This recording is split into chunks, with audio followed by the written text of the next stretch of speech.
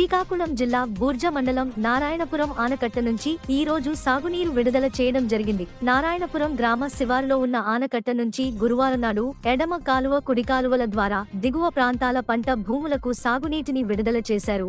ఈ సందర్భంగా Narayanapuram project committee chairman TDP జిల్లా కార్యనిర్వహణ కార్యదర్శి సనపల ఢిల్లేశ్వరరావు మాట్లాడుతూ ఈ నీటి విడుదల వల్ల చీమలవలస, గుత్తావెల్లి, నిమ్మతోర్లాడ, కొర్లకోట, కొత్తవలస వంటి పలు గ్రామాల్లో పంట భూములు సస్యశ్యామలం కాబోతున్నాయని తెలిపారు. సాగునీటి విడుదల రైతులకు ఊరట కలిగిస్తుందని అభిప్రాయపడ్డారు.